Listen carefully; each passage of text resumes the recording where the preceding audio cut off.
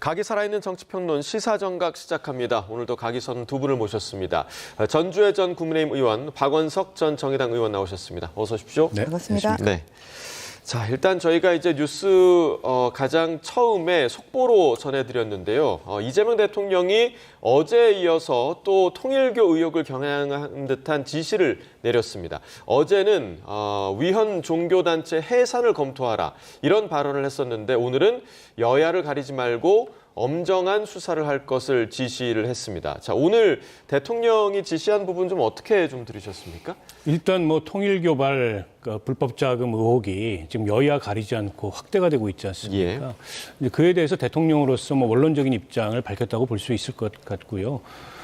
저는 특검이 민주당 의원들에게도 통일교가 금품을 전달한 사실을 확인하고도 지난 몇 개월간 묵혔던 게 결국엔 문제를 확대시키고 있다고 봅니다.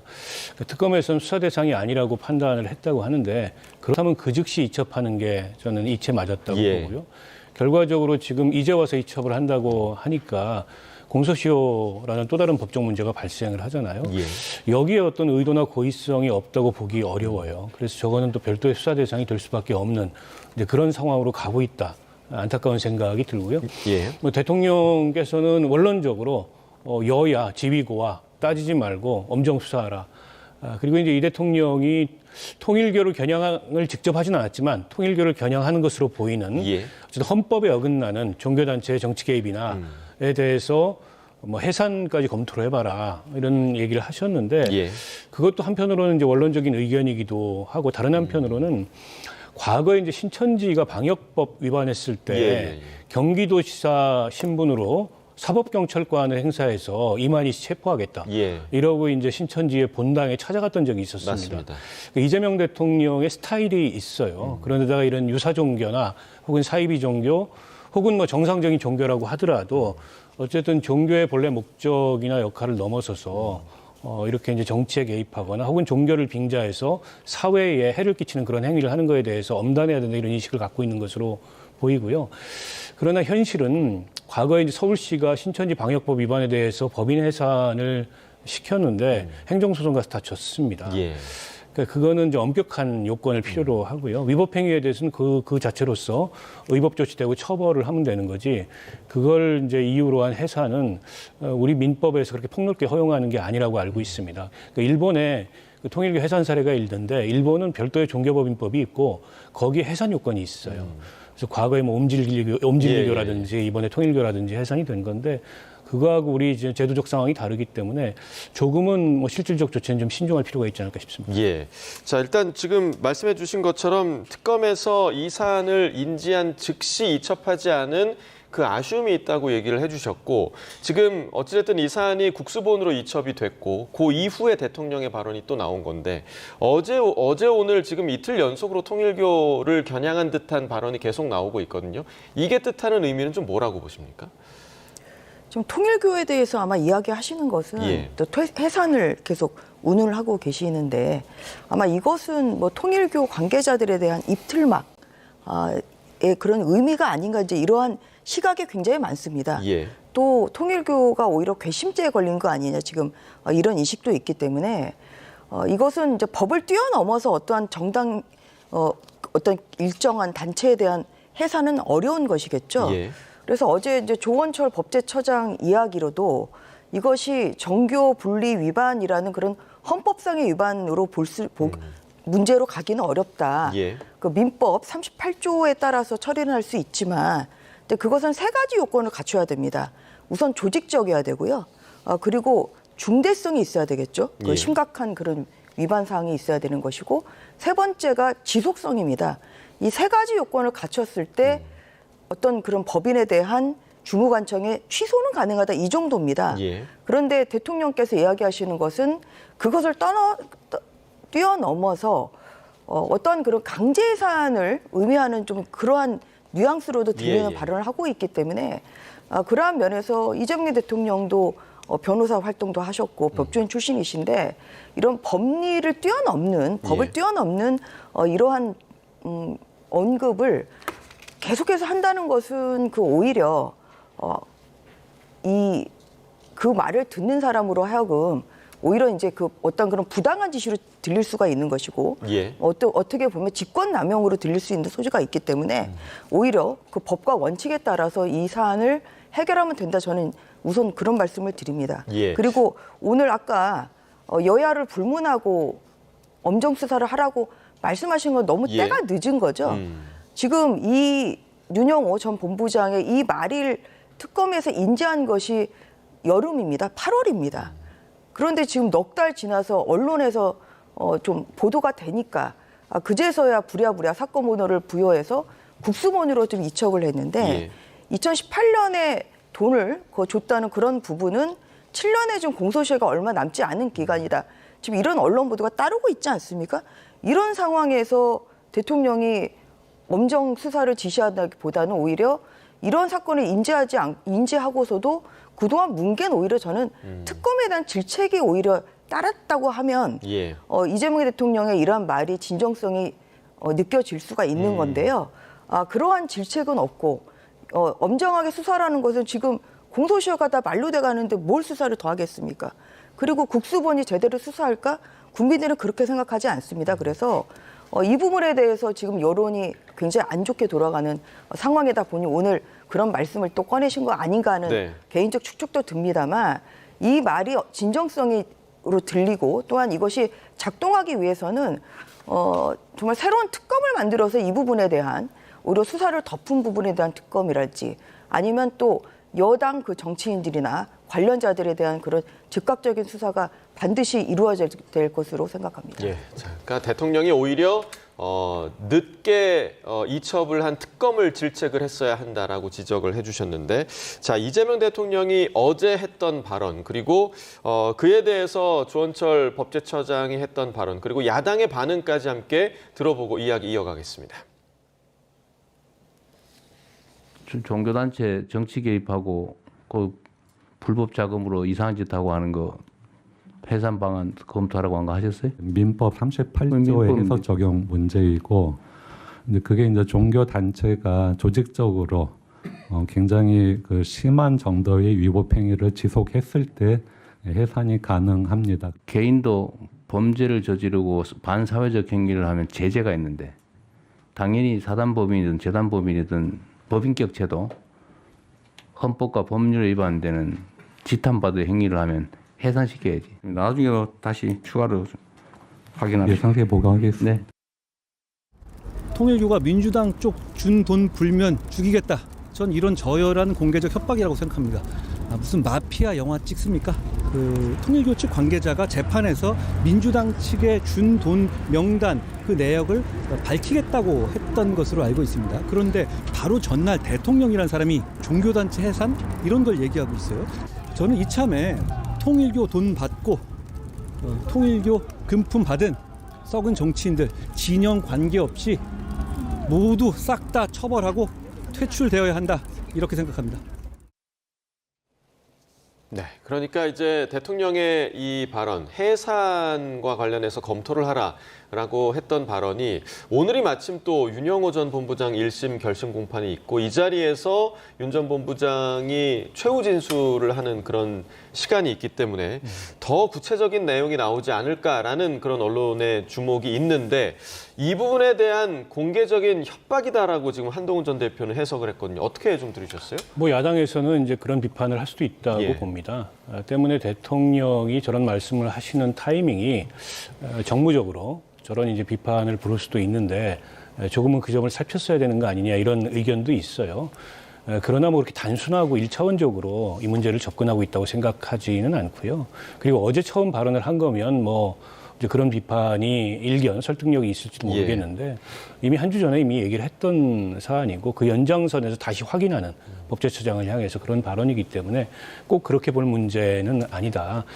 그리고 이재명 대통령이 제가 과거 신천지 사례도 얘기를 했지만 그에 대해서 조금 이제 엄정한 대처가 필요하다 이런 생각을 원칙적으로 갖고 있는 것 같아요.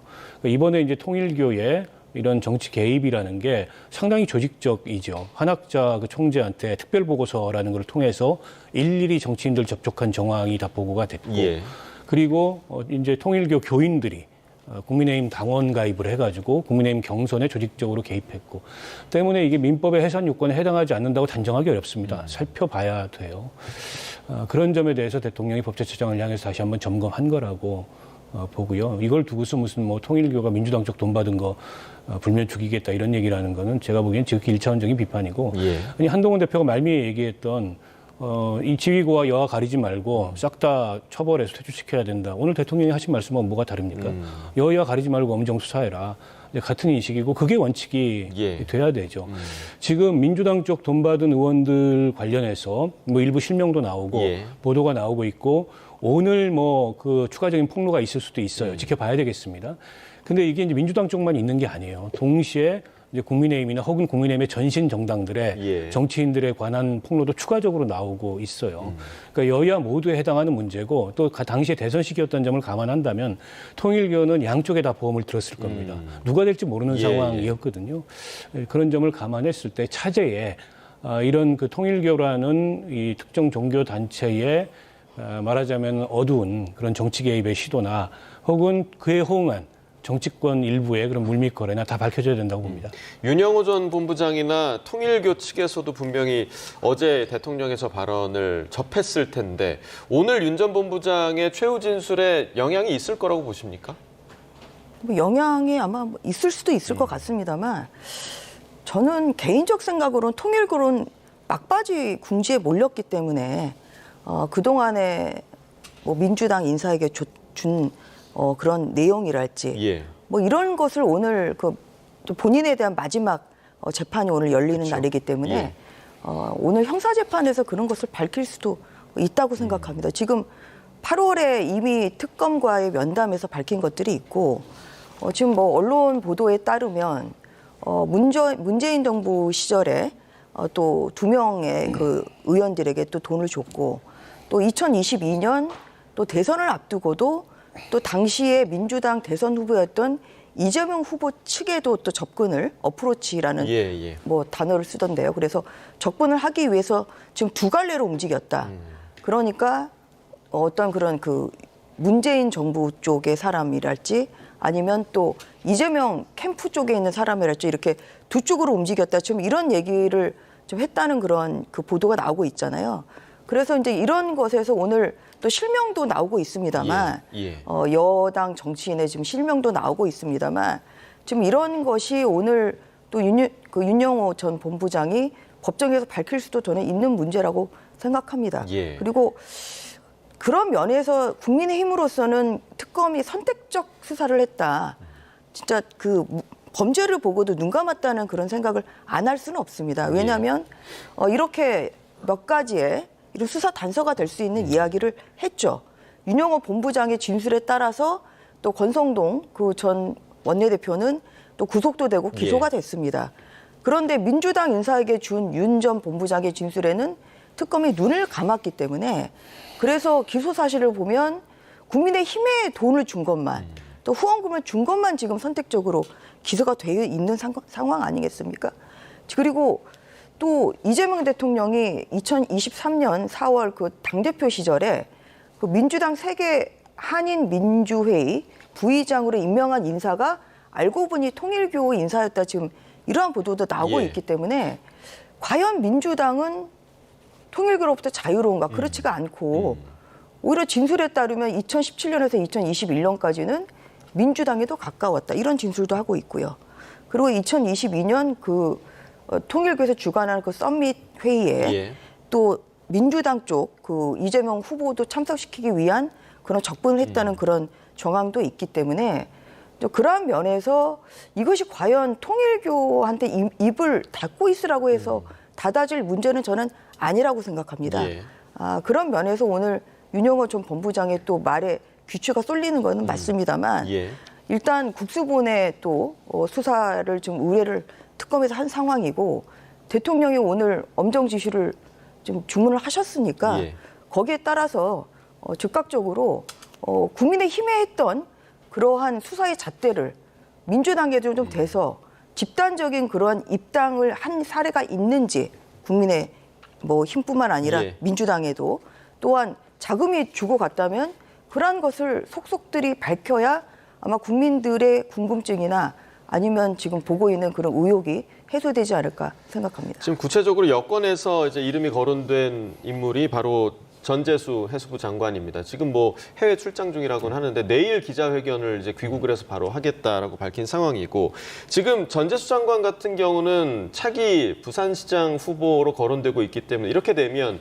민주당의 내년 지방선거 전략에 좀 차질이 생기는 거 아니냐라는 지금 전망도 좀 나오고 있거든요. 아무래도 영향을 미치겠죠. 뭐 지방선거에도 영향을 미치겠지만 어쨌든 현직 장관이지 않습니까? 예. 그렇게 되면 이제 이 정부의 뭐 도덕성이나 이런 것에도 영향을 줄 수밖에 없고요. 물론 아직 사실로 드러나는 건 없습니다. 어쨌든 윤영호 씨의 그 주장이고, 전재수 장관은 SNS를 통해서 그 일체에 대해서 다 부인을 했고 내일 기자회견을 통해 가지고 밝히겠다라고 얘기를 했습니다. 근데 이제 윤영호 씨가 특검에 진술한 정황이 굉장히 구체적이에요. 전재수 의원이 찾아왔다는 거고 당시에. 그리고 한학조 총재도 만났다는 거고, 뭐 돈을 어디에 담아서 뭐 어떤 브랜드의 시계 뭐 이런 얘기까지. 그래서 만약 사실이 아니라면 그러면 윤영호 씨나 통일교가 저런 얘기를 만들어내서 전재수 지금 장관을 함정에 빠뜨릴 동기가 뭘까? 크게 없어 보이거든요. 그런 면에서 이 사건은 어쨌든 수사를 통해서 밝혀야 될 것 같고, 이제 한 가지 변수가 공소시효 문제가 있습니다. 그 지금 통일교 내부에 그 한학자 총재에 대한 특별 보고서가 작성된 시점이 2018년 9월 10일이에요. 그러면 그날을 기준으로 만약 본다면 시효가 지났거든요. 공소권이 없어요. 그래서 일각에서는 특검이 공소시효를 의식해가지고 이걸 뭉갠 거 아니냐. 이첩도 안 하고 수사도 안 하고 이런 의심마저 나오고 있습니다. 물론 특검이 이거를 그 윤영호 씨로부터 진술을 접수했던 시점도 8월이었거든요. 시효가 얼마 안 남은 시점이었습니다. 그렇기 때문에 더더욱 수사를 할 건지 아니면은 이첩을 시켜서 수사기관으로 다른 수사기관으로 하여금 수사를 하도록 할 건지 결정을 했어야 되는데, 이제 특검에서는 별도의 수사 보고서를 작성했다고 합니다만 그것도 3개월 지나서 작성이 됐다는 거 아닙니까? 여러모로 그 특검의 이제 당시에 그런 결정이나 이런 게 석연치 않은 면이 있고요.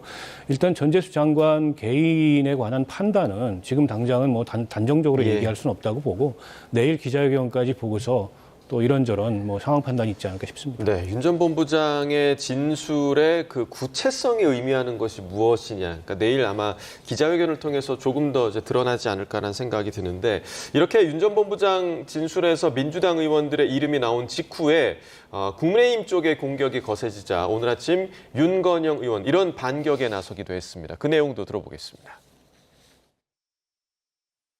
공소시효가 공소시효가 이게 다 끝난대요. 12월에. 공소시효가 언제로 형성되는지는 아무도 모르는 거잖아요, 지금. 알겠습니다. 오히려 어제 음성 녹음을 보면 나경원 의원이 미국에서 펜스가 왔을 때 윤석열 전 대통령 일정을 만들기 위해서, 그리고 자기가 역할을 하기 위해서 한 부분들 나왔잖아요. 그런 부분들은 대통령 선거에 실제로 통일교가 개입한 거 아니냐라는 의혹들이 있는 거 아닙니까?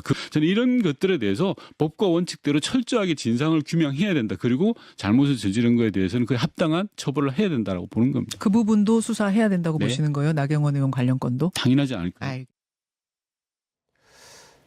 자, 지금 윤건영 의원이 얘기한 사안은 또 새로운 사안입니다. 그러니까 윤석열 전 대통령이 이제 후보였을 때 나경원 의원이 중간에서 미국과의 연결고리를 만들려고 했다라는 이야기인데, 이 부분 좀 어떻게 좀 들으셨어요? 그러니까 윤건영 의원의 지금 저 이야기는 전형적인 물타기 수법이죠. 쟁점을 완전히 흐리는 거 아니겠습니까? 지금 여기서 핵심은 통일교가 어떻게 그 정치에 관여를 했는지, 그러니까 누구에게 돈을 줬고 또 후보가 어떠한 그런 만남을 가지기 위해서 또 누구에게 접근을 했고 이런 거잖아요. 그런데 지금 윤건영 의원이 이야기하는 것만 들어봐도 나경원 의원은 펜스 부통령과의 어떠한 그런 역할을 하려고 했던 거지 지금 통일교의 티웃도 안 나오고 있습니다. 근데 이걸 뭘 수사를 해야 된다는 말입니까?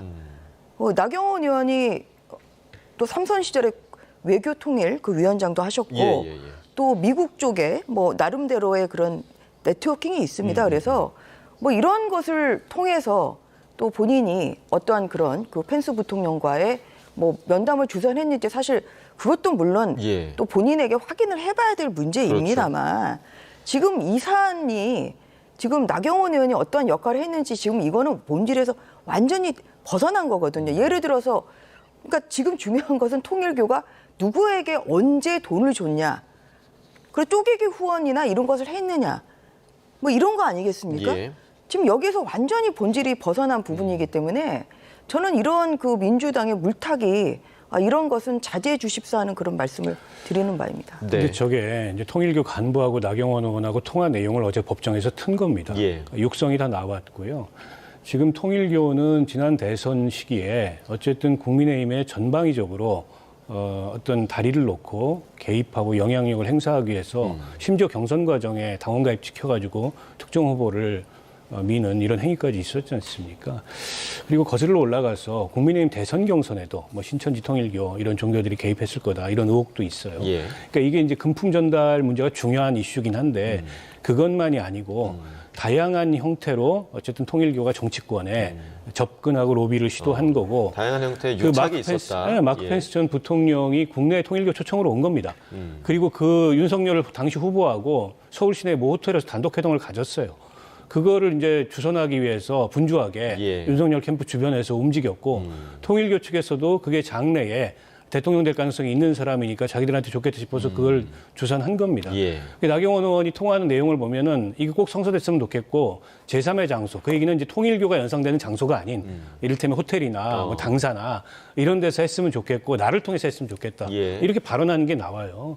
무관치 않고요. 그리고 본질에서 크게 벗어나지 않고 전반적으로 통일교와 정치권의 유착 문제입니다. 예. 유착엔 꼭 금품만 있는 게 아니에요.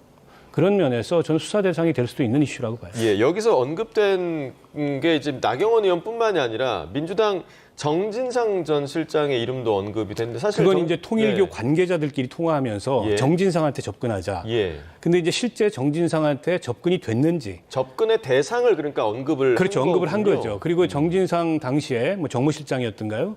그 사람하고 통일교 관계자하고 뭐 통화를 했던가 아니면 어떤 소통을 했던 기록이 있는지 이 여부는 예. 아직 확인이 안 돼요. 근데 통일교 관계자들끼리 이재명 당시 후보의 최측근이었고 어쨌든 영향력을 행사할 만한 위치에 예, 있는 예. 사람이기 때문에 이 그렇죠. 사람한테 접근하자고 자신들끼리 이제 공모하는 듯한 그런 내용이 나오죠. 예. 저것도 확인해 봐야 됩니다. 예. 지금 이제 이 어떤 그 정경 유착이나 이런 것은 어떤 그런 금품이나 재산상의 이익이 오고 가야 되는 거지. 예.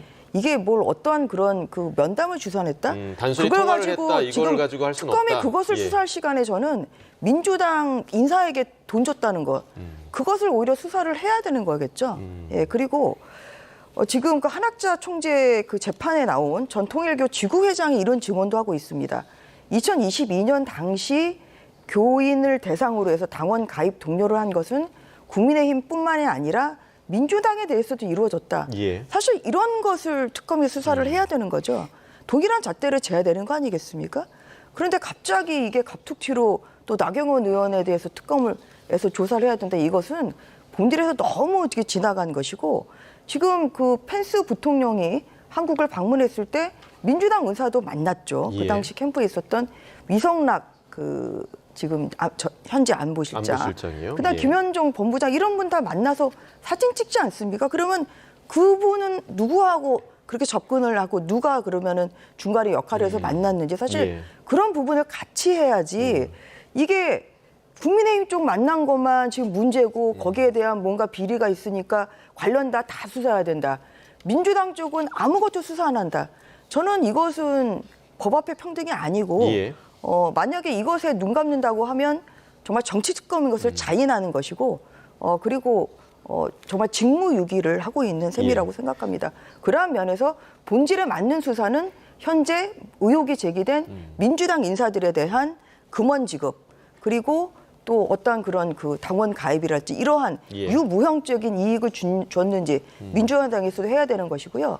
그리고 전재수 현재수 장관에 대한 것도 저는 공소시효에 관계없이 사실관계는 밝혀야 된다고 예. 생각합니다. 그래서 국수본으로 지금 사건을 이치판 상태이기 때문에 그러한 부분에 대해서 지금 굉장히 이것은 또 내년 지방선거에서도 중요한 이슈가 될 예. 수 있기 때문에 그러한 면에서 기소 여부 공소시효 여부와는 관계없이 사실을 명명백백히 신속하게 밝힐 필요가 있다고 생각합니다. 일단은 내일 이제 전재수 장관의 기자회견 내용을 좀 지켜봐야 될 것 같고 저희가 이 얘기가 좀 길었는데 내란 전담 재판부 이야기도 좀 해보도록 하겠습니다. 지금 내란 재판부 설치와 관련해서 여권 내부에 이제 속도 조절을 두고도 의견이 분분한 그런 상황인데 우상호 정무수석 또 추미애 법사위원장의 인터뷰 내용 먼저 들어보겠습니다. 제가 볼 때는 예를 들면 내란 전담 재판부에 관해서도 내란 전담 재판부를 하자. 네. 근데 2심부터 하자.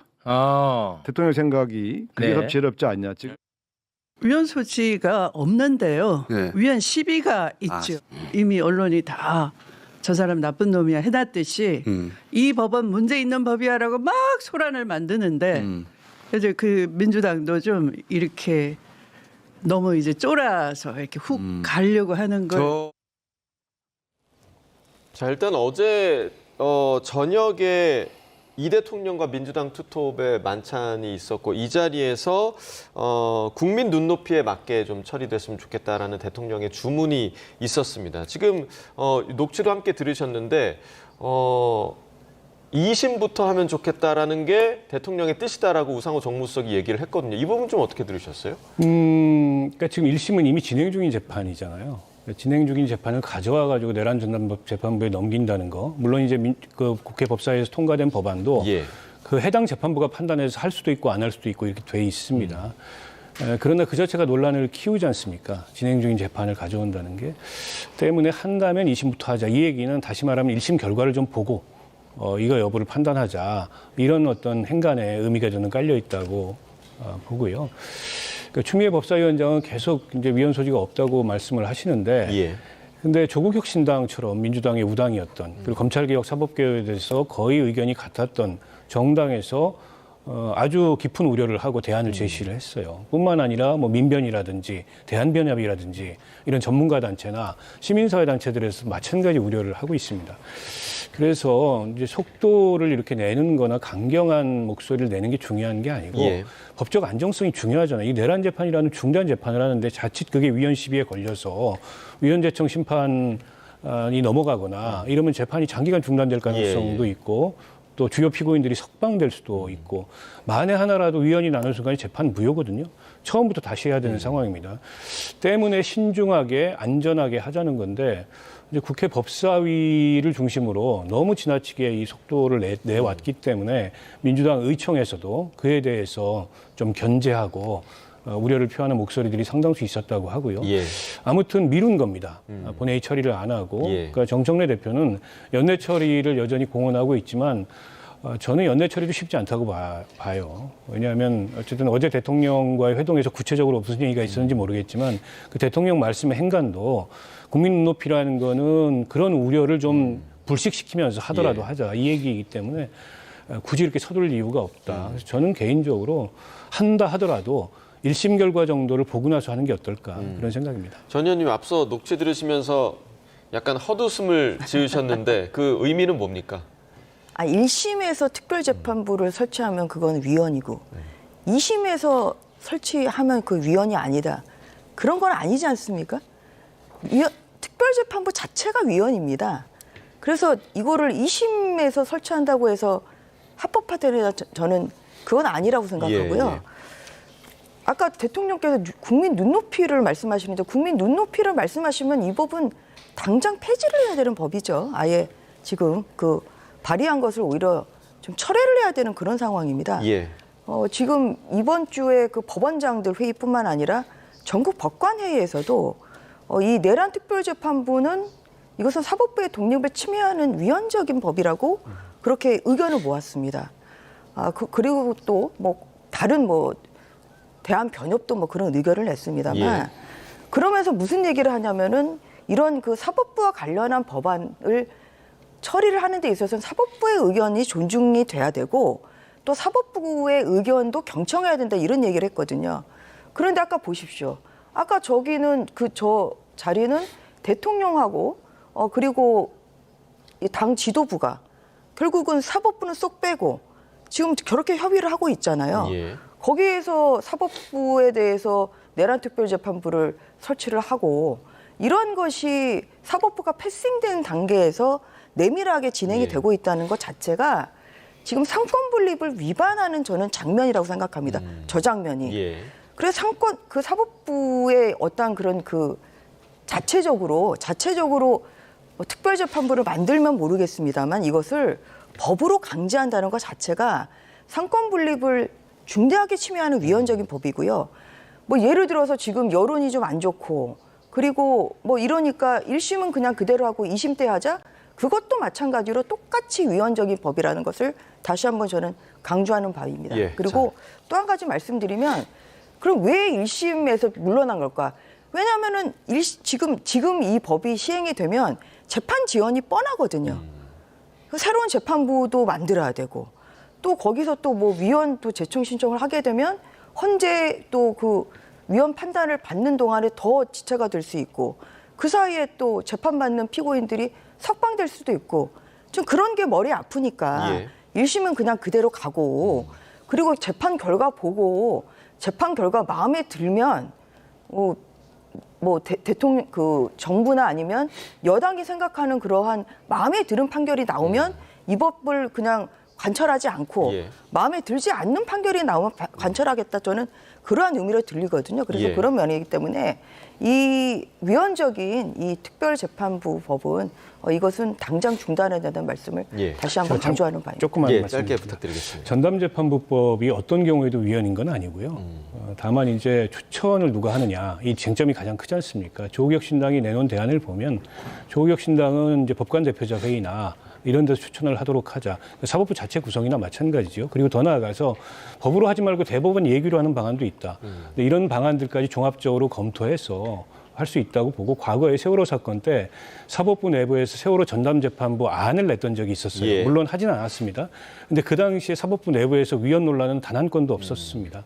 때문에 지금 법이 어떻게 보면 법무부 추천이라든지 헌재 추천이라든지 어떻게 보면 사법부의 독립성을 침해할 수 있고 좀 기존의 관행에 맞지 않는 그런 추천을 갖고 있어서 논란이 있는 건데 그런 점을 보완한다면 이걸 입법한다 그래서 그 자체 위헌이라고 보는 건 좀 비약이라고 생각합니다. 아까 말씀하신 대로 그거는 사법부의 의견이 많이 들어간 법이기 때문에 그러한 면에서 이러한 법을 시행을 만들고 또한 국회 통과를 하는 데 있어서는 사법부의 사법부가 목소리를 들어야 자발적으로 된다. 해야 된다는 예. 그런 말씀을 드리는 겁니다. 근데 지금은 그런 상황이 아니기 때문에 어제 회동은 그때와 여당 대표와 지금은 대통령 간의 다르다는 회담에서 말씀을 이 지금 안건만 있는 게 드리는 아닌데 거죠. 예. 예. 거기에 사법부 대표가 안 앉았다 그래서 저게 사법부 독립 침해 현장이라는 거는 비약이죠. 알겠습니다. 자, 저희가 시간이 없어서 마지막으로 짧게 지금 오늘 국민의힘 이뇨한 의원이 네. 의원직 사퇴를 했어요. 그러니까 어제 사실 정기국회 마지막 날 본회의장에서 이렇게 우원식 의장과 나경원 의원이 이제 부딪히는 장면도 있고 했는데 그 다음 날에 이렇게 사퇴를 한 거라서 좀 이런 정치권에 좀 회의감을 느낀 건가 이런 생각도 드는데 이유가 어디에 있다고 보십니까? 뭐 저도 그냥 뉴스만 보고 뭐 상당히 놀랐기 때문에 예. 뭐 추가적으로 제가 아는 것은 예. 아니고 오늘 성명을 발표하셨잖아요. 예. 이제 뭐 그것이 본인의 생각에 다 담긴 거 아닌가 싶습니다.